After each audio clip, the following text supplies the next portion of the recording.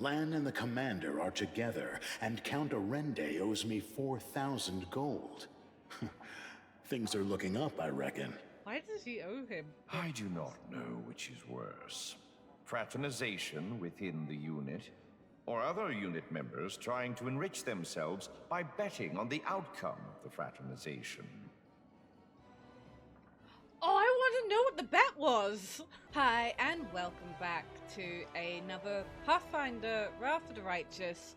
And I have to say, I was a bit surprised that we weren't in the Electable prison a little longer.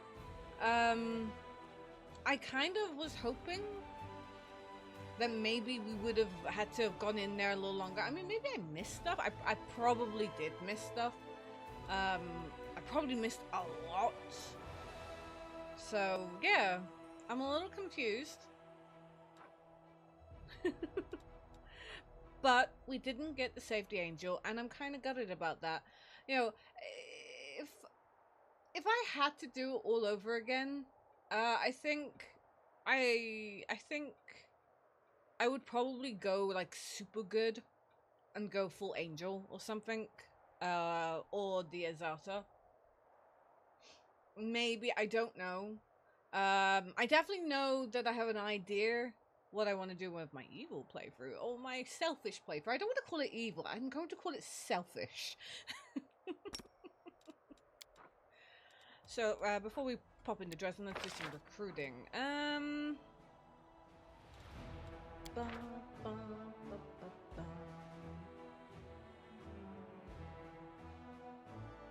Having a nosy who needs what.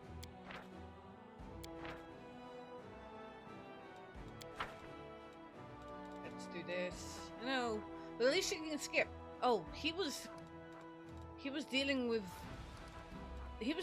my demon army issue down here.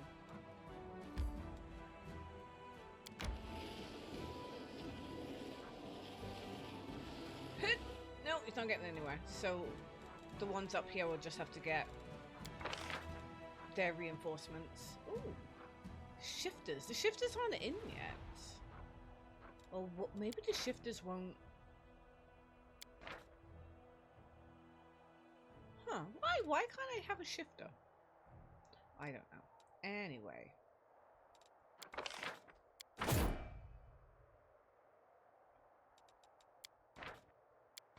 We'll stock her up, I think. So many hounds. So many hounds. I was just thinking, wouldn't it be great to have more sorcerers?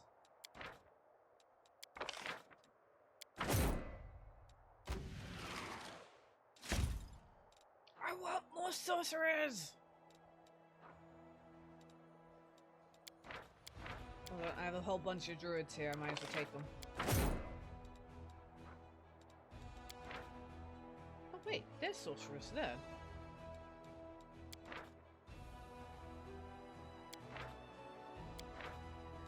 More archers. More archers. Just more.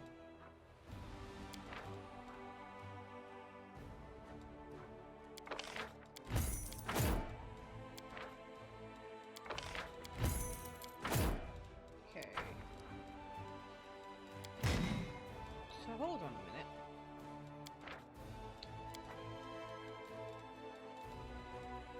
Wait, is she really level? Okay. I didn't actually know she was only level 8. Okay. Do this tick. Still only level 8.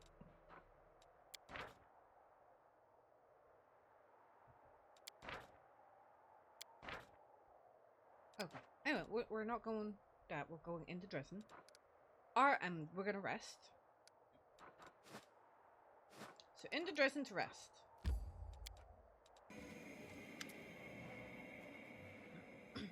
I was going to say, I don't know this guy, and of course the first line is an unfamiliar knight.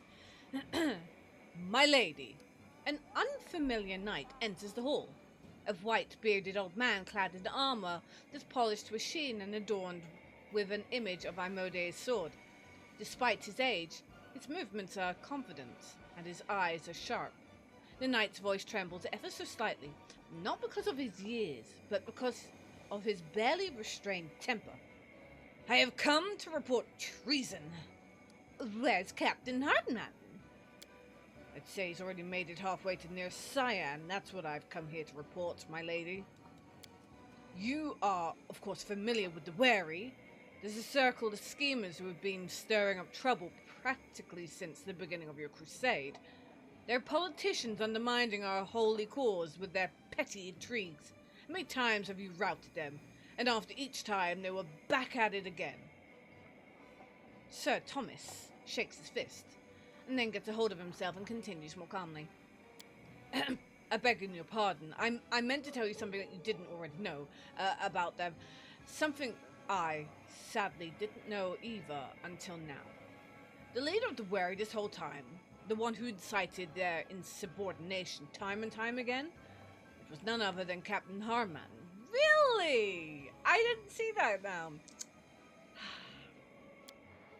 That traitor, that block-headed fool, since the very beginning, he thought you were unworthy to lead the crusade. You thwarted each one of his preposterous intrigues, and now here's the resolve to mutiny. The captain went to Nisan to bring back an army, our supposed reinforcements. The moment you let them into the city, he'll order them to seize you. Once that's done, he'll try to take command of the crusade in your place. The nerve! If foolish arrogance could be used as firewood, this army would never have worry about keeping itself warm in the winter again. Okay, this is a lot to take in. Who are you?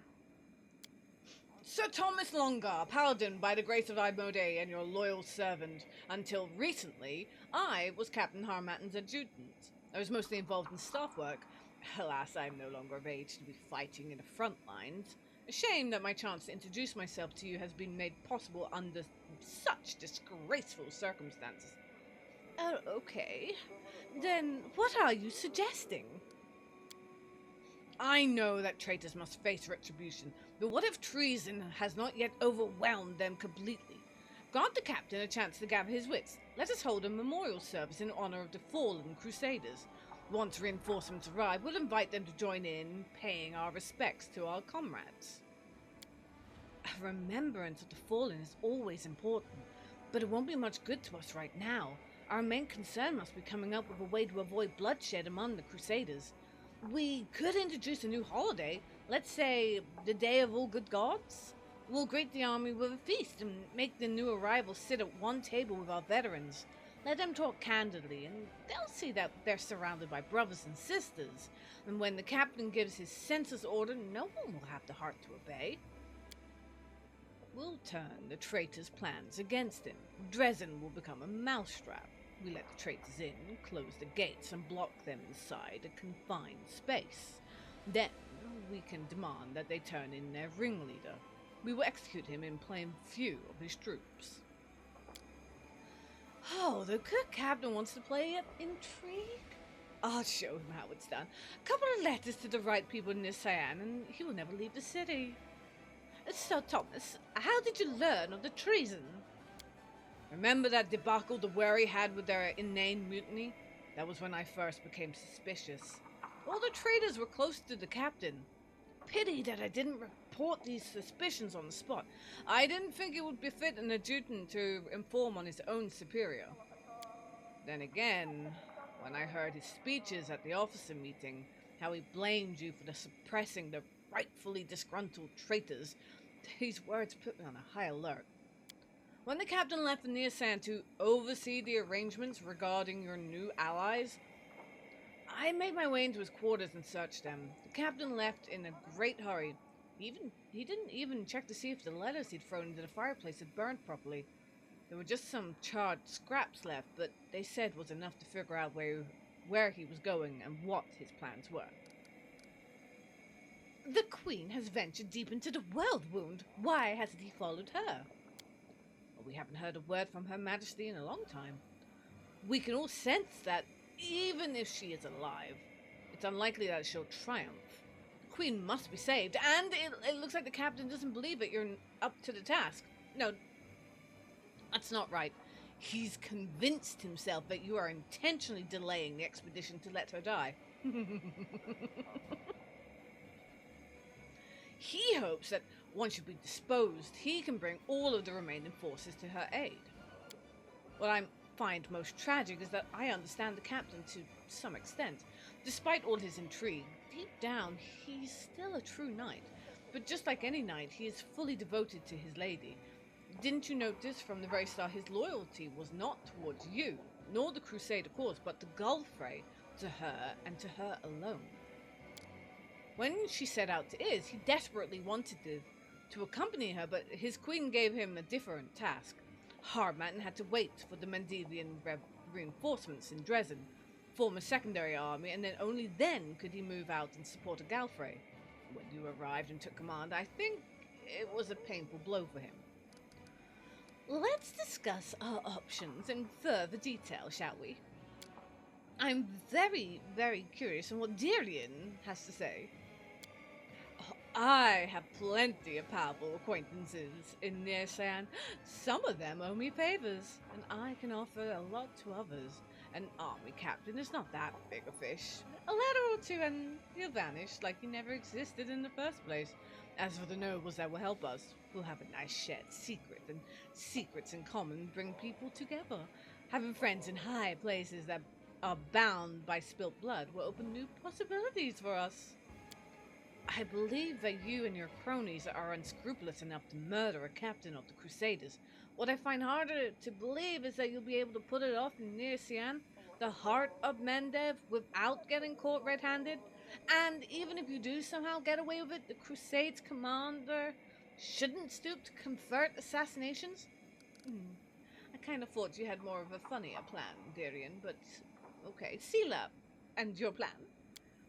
Choosing humanity over cruelty often proves to be a better way of handling disputes and problems. The soldiers are not at fault for being led by a criminal. They don't even know what he's up to, and before he gives the order to revolt, we'll receive the army as welcome guests. We'll seat them right next to our soldiers, let them two armies become one.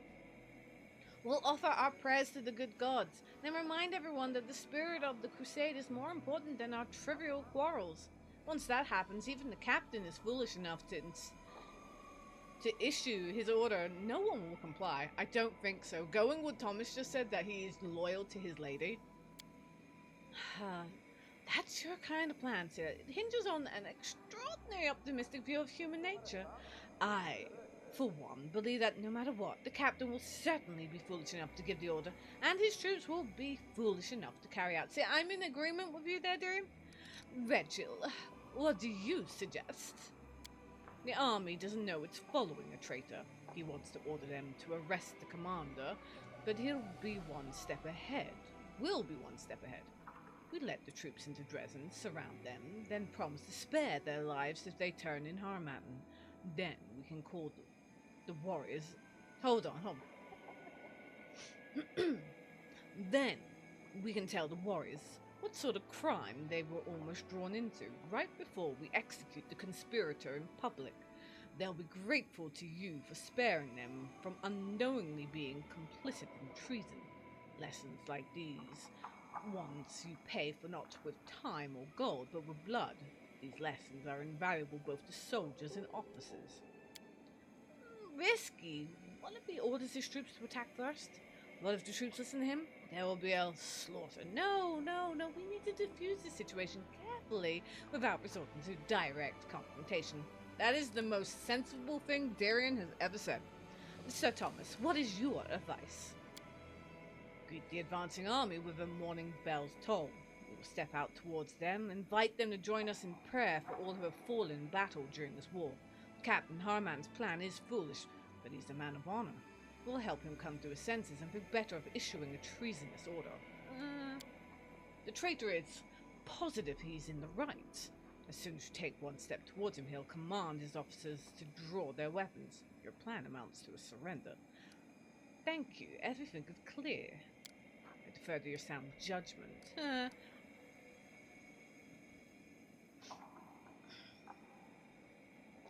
I hate to say it, I think Sela's plan here, okay, is foolish. Because, he can still give that order and his troops could still be loyal to him. Okay? If anything, it may even turn my troops against me. Darian's order is just too... No, it's just not right. We're not murdering him. Not assassination anyway. Regil, I'm kind of leaning very towards Regil at the moment, purely because I still see the same situation panning out with Sir Thomas's. Like, we're gonna come forward and he is going... But then he is an honorable man, so we're... What's the effects? So, unlocks the Feast of the Sacred. All generals gain a +1 level to the Heavenly Ward feats. Okay, Reginald, military exercise. All generals gain 50. Okay. All range units have a +20 bonus to damage against infantry units. All infantry units have a + bonus to damage against cavalry. That's kind of nice. Darian is the Dark Bonds Decree. All generals gain a +1 to level and Mighty Servant feat. General has up +3 bonus to power per level. Okay. And then Sir Thomas's Great Commemorations. A random allied Crusader army is recruited at the commander's headquarters. Okay, let's do that. Sir Thomas, I will listen to your advice. We'll greet the army with a memorial service. We should have a memorial service anyway. There's a lot of people who have died. Let's hope this will awaken the captain's dormant conscience. I wouldn't dare hold out hope that it will wake its common sense.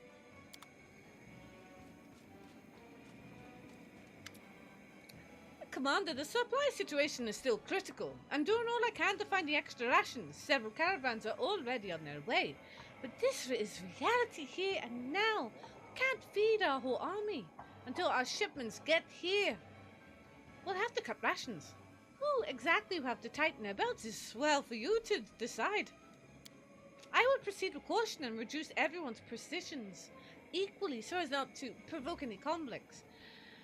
There's still going to be discontent, so we'll need some fierce agitation in the ranks.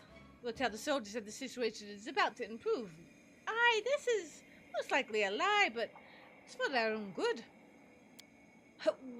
What's there to think about? The strong and the capable take care of them. It's been a few days. What's there to think about? The strong and the capable get a full rations, the rest get half. When the hungry riots begin, we'll have good fighters on our side and the bad ones on the other. Makes sense, no? It is the duty of the strong to watch over the weak, and not just on the battlefield. Above all, we must feed those who might not make it through the time of hunger. The strong will endure, even on short rations. If we must cut rations, then we'll do it. But we won't lie about it. We'll tell the troops that things are bad and may become worse in the future. Then we'll see who's here for the food and who came to fight for the crusade. Where did this threat of hunger come from? Things were fine before. Aye, they were fine for a while men death was stable. But then our majesty departed with ears and things began gradually to slide towards chaos. And now we're all the way up here. Can't provide for ourselves, can't grow anything on this land, and we can't breed any cattle, and all our food comes from a single source. Mendev's military warehouses, and with every passing day we're seeing less food and more warning signs. I'd like to hear the council's suggestion. Yes, Commander. Aye, Commander. Wolfjip, what's your advice? My vast life experience says that the kicks of a hungry mob are very painful. So when our troops rise up over this food shortage, it's gonna happen. Believe you me. I'd rather be guarded by the bravest and the toughest warriors that look through the window at them leading the rebellion, which is why we'd better feed the meanest ones first. And as for the rest, But we're responsible for all the soldiers who have entrusted their lives to us, not only for the strongest fighters. Arush Chalet, what's your suggestion? The soldiers in our army are all different. Some are stronger, some are weaker. Surely the strong will want to share their provisions with the more fragile comrades. They're healthy and resilient. They'll preserve, but the weak, they might die of hunger. That way, it will be fair, right? Dream on! If we treat our strongest troops like that, they'll just take off and we'll be left with the wimps. Or worse, they'll stay and take their rations by force. Who's gonna stop them, your scrawny friends? Lan, what's your opinion? Everyone will join the effort to conserve as much food as possible. We'll take it like it is. It stinks today, and it's gonna get worse tomorrow. Whoever refuses to suffer through hunger, cold, and danger with us is free to go. The rest must grit their teeth and hold on. We've been through a lot, and we're gonna make it through this too. And who's gonna stay in the army after a speech like that? Nobody with a brain in their head. That's who. You know who I haven't seen around? Fighters who can live on thin air. Dorgalinda, what would you recommend we do? I suggest we cut everyone's rations harshly. We'll save some provisions in case there's a problem with new deliveries, and we'll have to fight the lack of food with the campaigning. Just hold on a little longer. Our brave crusaders, such as the price of victory and so on, is vile, but what else can we do? If we tell them the truth, there'll be panic and we'll lose the army. We'll damn everyone. It must be great to be able to live on propaganda. Clearly, I've spent my life leaning on the wrong stuff. Everything is clear to me. So, the main spellcasters lodge and main hall for champions provide 30% more recruitment growth. The main barracks and main okay. Main barracks, archery provide 30%. Spellcasters lodge 20% less. Recruitment growth on the mythic units increased by 25%. Recruitment growth for trainable units reduced. Recruitment growth for trainable units increases.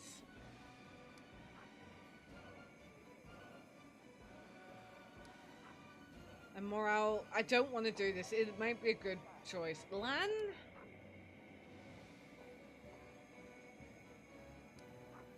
Main barracks and main archery provide 30% more recruitment growth. The main spellcasters lodge and main hall champions provide 20.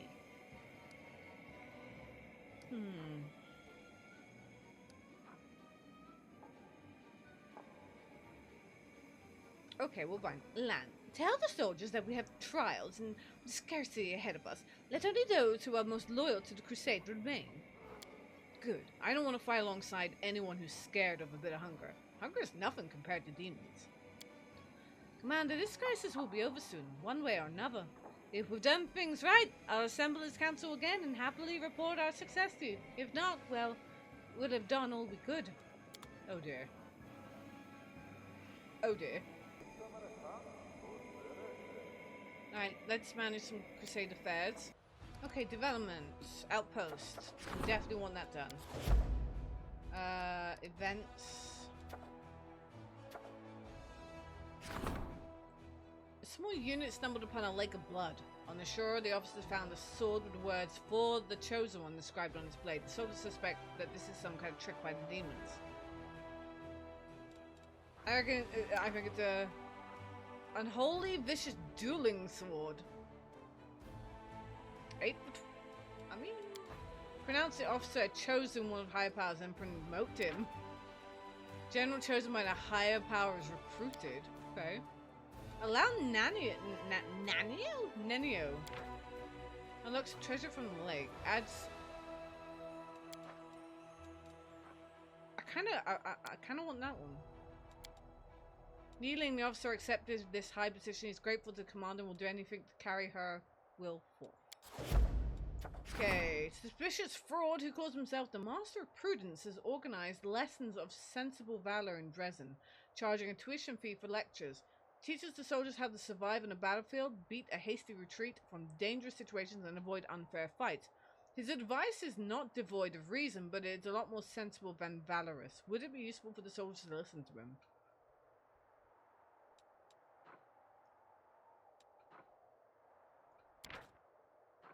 Yeah, I mean, why not?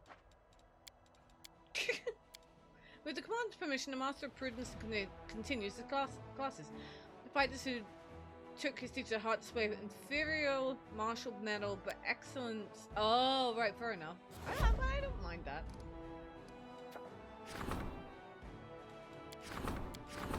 Alright, creatures, get you out there. Command, equipment for fighters.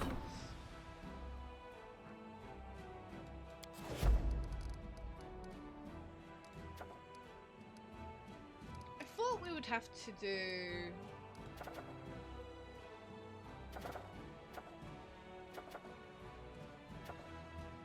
I actually thought we would have to do, like, the ceremony thing. I thought that would have to be through here, but it's not, so it's fine. So we're gonna rest. And then, do you know what? We're gonna go and do... We march ahead. We're gonna go start going towards Iz. I'm not going to Iz just yet, because I know there's a mission for Finians, so...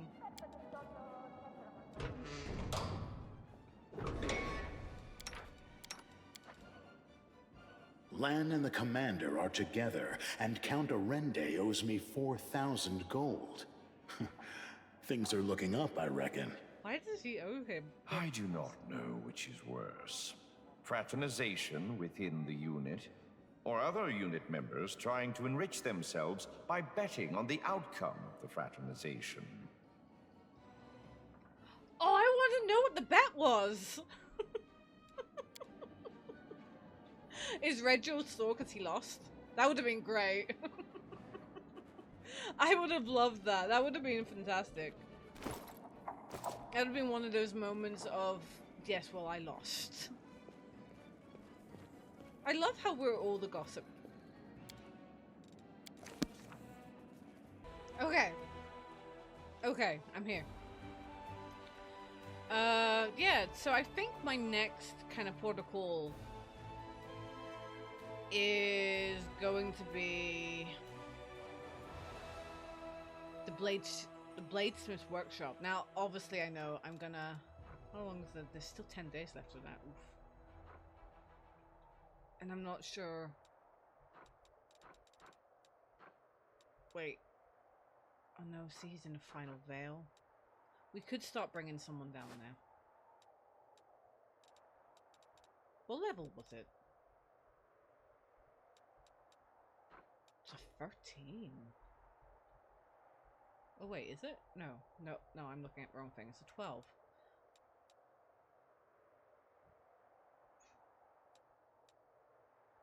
I could get him to go.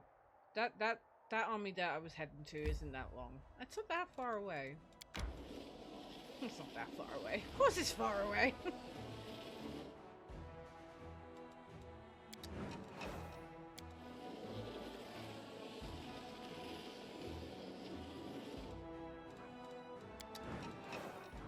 Okay, let's do this!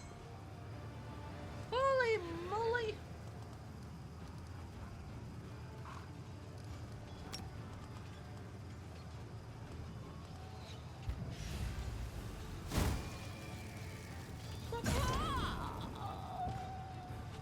Okay, that worked. Oh, that's right, they get double goes.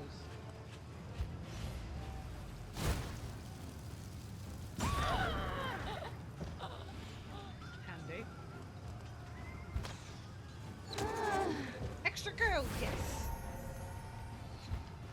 Oh, I didn't mean to move. I actually thought she was still alive.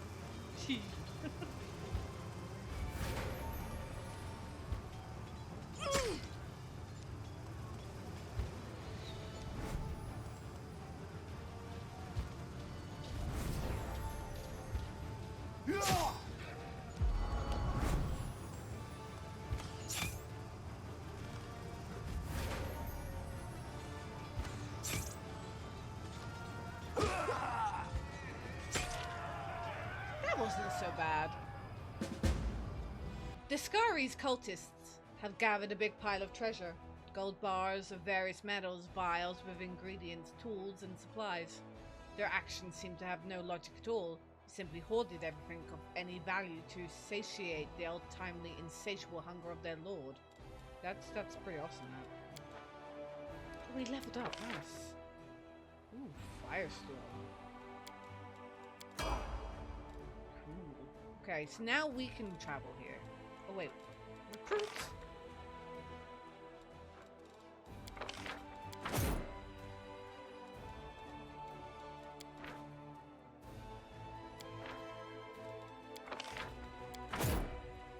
I still don't... Have I actually used the Inquisitors yet?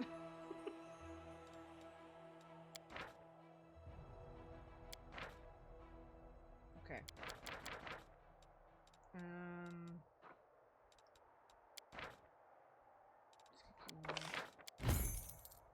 wait. It's the wrong one I was looking at. I was looking at the wrong one.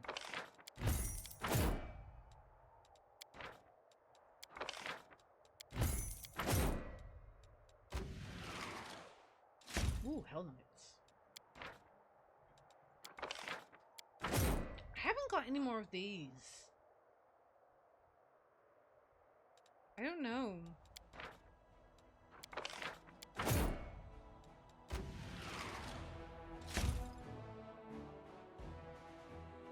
What exactly changed? We just got some Mandavan caviar? Caviar? No. Calvaliers. Caviar. Anyway, what I do need to do, but I'll do that, I'll not record it, is I need to update some of these bastions. So hopefully we can get a bit closer. Hopefully. So I'll do that now. Okay, so I'm back and I managed to upgrade some bastions. Not anyone's close to where I want to go, but I did find out something that I wish I knew sooner. You can place shelters in your garrison and you can rest there while you are traveling the world and you won't get any corruption. I kind of wish I knew that.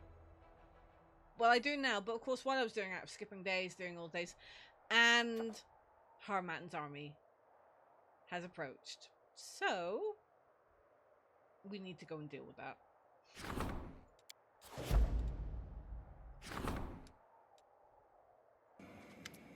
Commander, the troops from near Sian have arrived. As planned, we held a memorial service to honor the fallen. The mournful scene made Captain Harmattan come to his senses, and he refrained from giving any treasonous orders.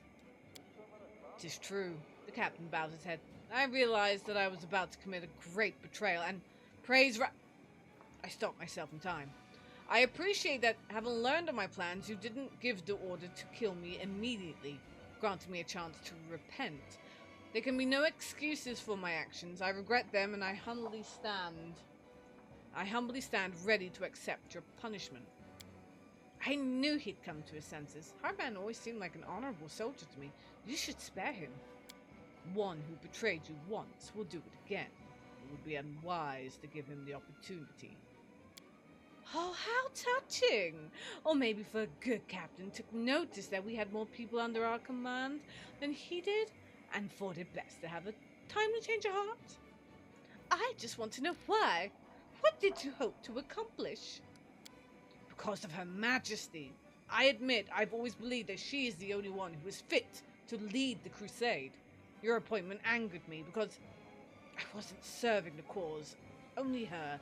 I served the Queen blindly, against my better judgment and her own wishes. I'll never forget the day I first met her. At that moment, my heart was lost forever. Of course, I didn't dare tell her of my feelings. Instead, I chose the path of servitude. That's why I could only ever accept her at the head of the crusade, but never you. So why didn't you give the order to arrest me? The mourning bell, its toll reminded me of everyone we lost, of everyone I could have betrayed had I decided to oppose you. It was as if they surrounded me, watching me with wordless disapproval. My conscience made me stay my hand.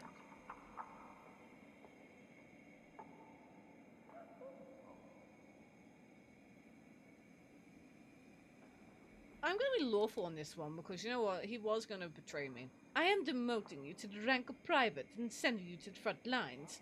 You could redeem yourself in battle. Understood, Commander. I appreciate your mercy. Harmattan salutes you for the last time.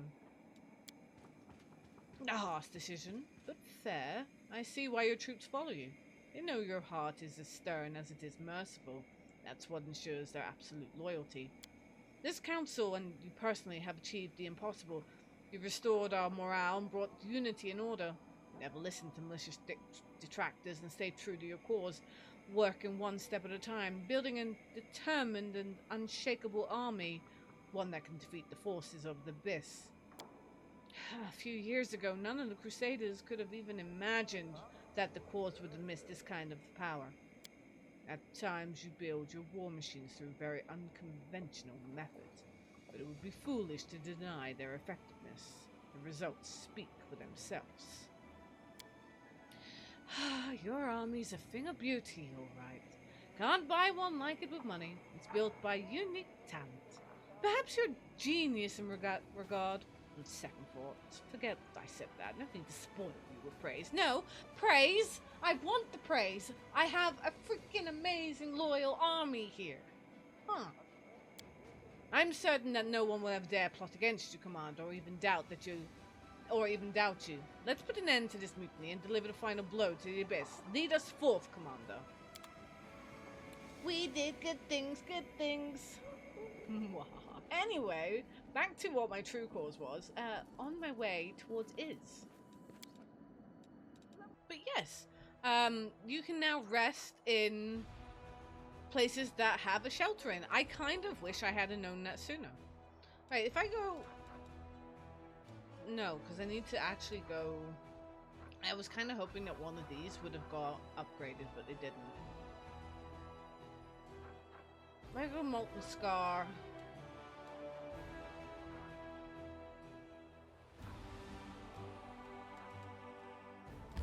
It will take 2 days. Which way is that going, though? Does that take the most direct route? I don't think it does. You know that?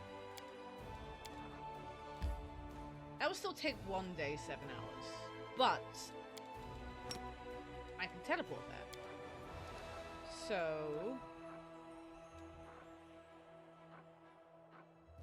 I'll take 22 hours.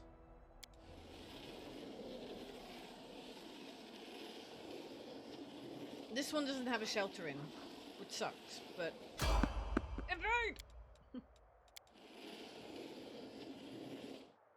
But I can rest here.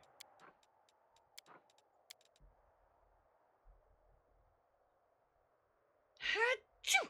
Achoo! Albrecht, what are you doing with that smelly stuff? Mustard seeds, ground up and charmed on a stone at midnight. It's to stop you putting the evil eye on me, just in case. A great remedy against fey enchantments. It's making her sneeze. Stop it!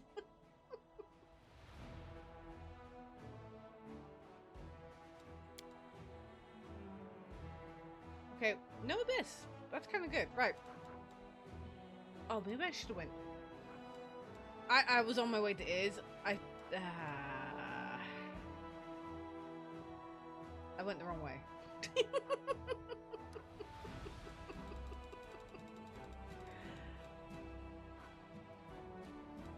I should have went this way because I was meant to go that way. Okay, okay. What about if we go Lanzarth? See if this is the wrong way as well.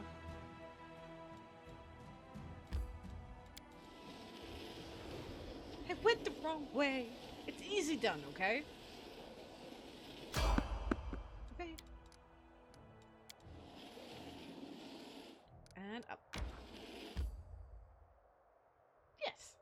Now I have to say I actually haven't spoken to Penny for ages, but every time we do, that's all he says. So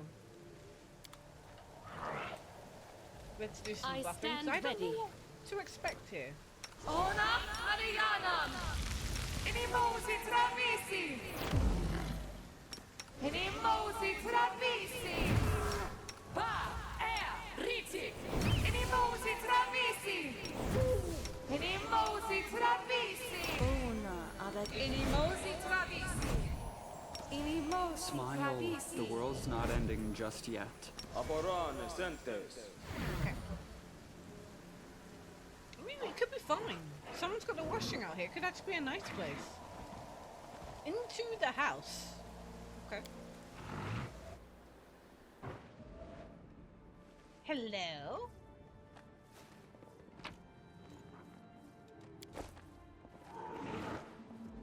I don't think I have that sort of outcome. Oh, I do. The bladesmith has put its anvil under a spell of abjuration school so that touching it grants a person protection from heat, something that can often be experienced in a forge. Well, that makes sense. Why is there no one here? Tag on the skull reads specimen, Valada Haddon. Tags on the skulls are so ancient the inscriptions of them are totally illegible. Tag on the skull reads specimen 820. Gyrod Odine. The door is sealed with a powerful magic. There is no keyhole to be seen. I sense something. Okay. I am here, but there is no one here.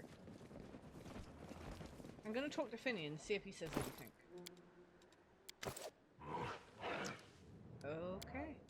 He says nothing. Our path leads on. There's no one here.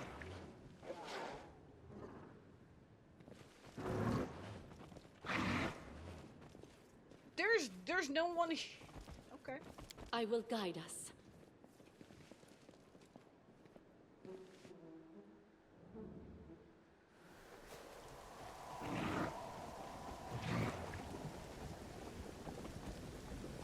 Yeah, there is absolutely Without a doubt. nobody here.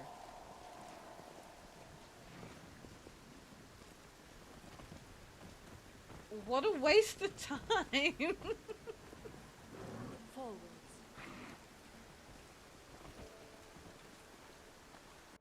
That was pretty much a waste of time.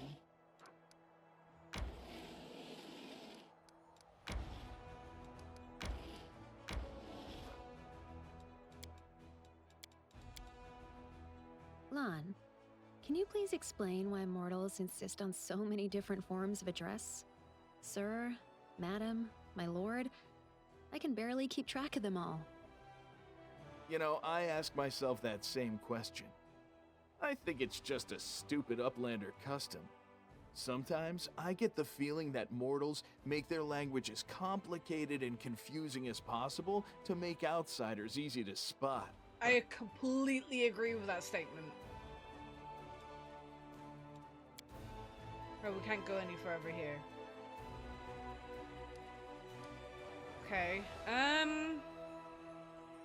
Well, then I guess back to Treason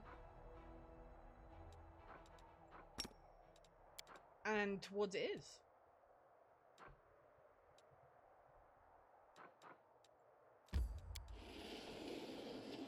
Since there was nothing. Since there was nothing there. It was a bit weird, to be honest.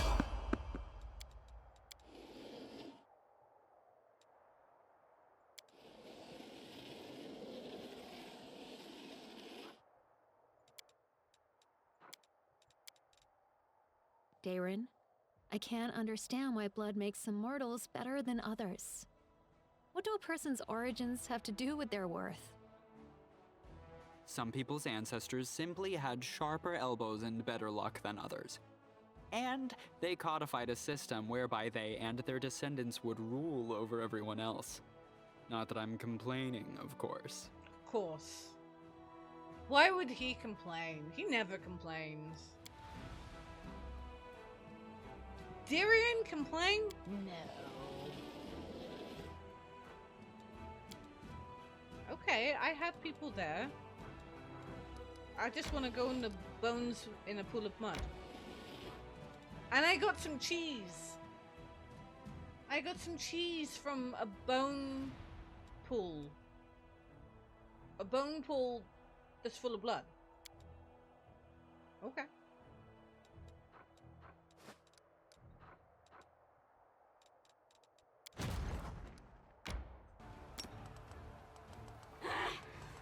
I got no space for it. Okay, what have we got here? Let us get rid of the Lilitu.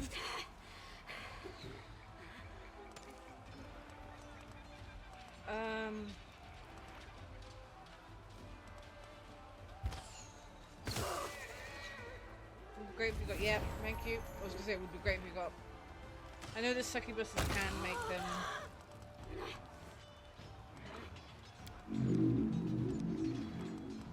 I don't know. My beard dude never gets to do anything.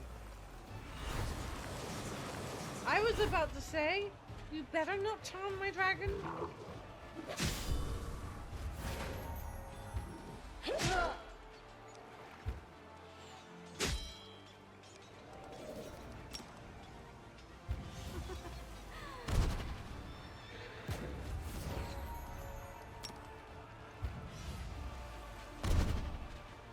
Wait, did you charm my dragon? You did charm my dragon. God damn you! It's fine.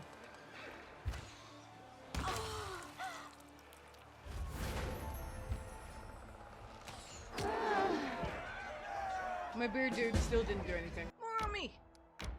Oh, hi.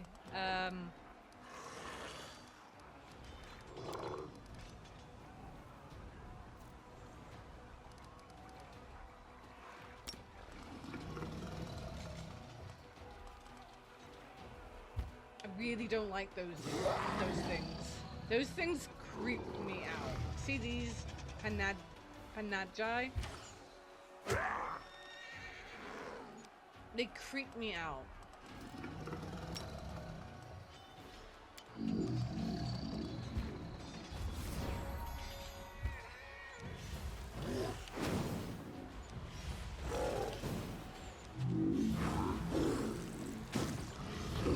That's just rude.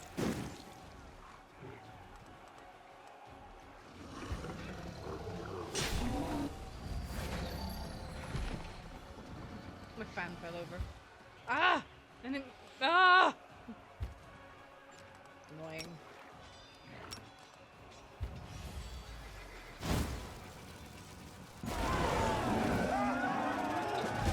My fan fell over and scared me. Back to me. See, I've been here. There's no one here. Alright, I've been there. There was no one there. Unless I completely missed something, there was no one there.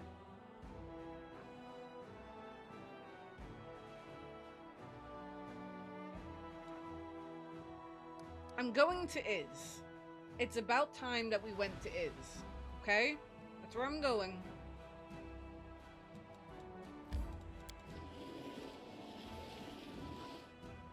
And that's where we're going. We're gonna go find the queen.